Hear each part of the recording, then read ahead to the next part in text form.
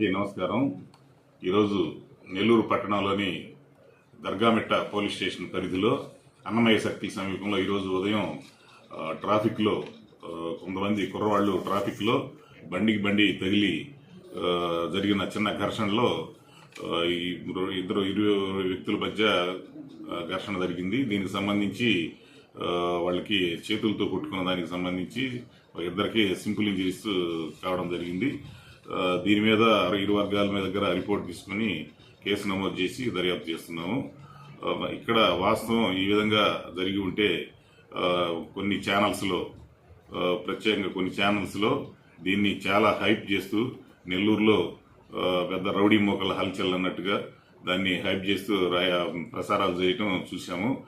దీని కత్తులు తీసుకొని తిరిగినట్టుగా కూడా ప్రచారం చేశారు.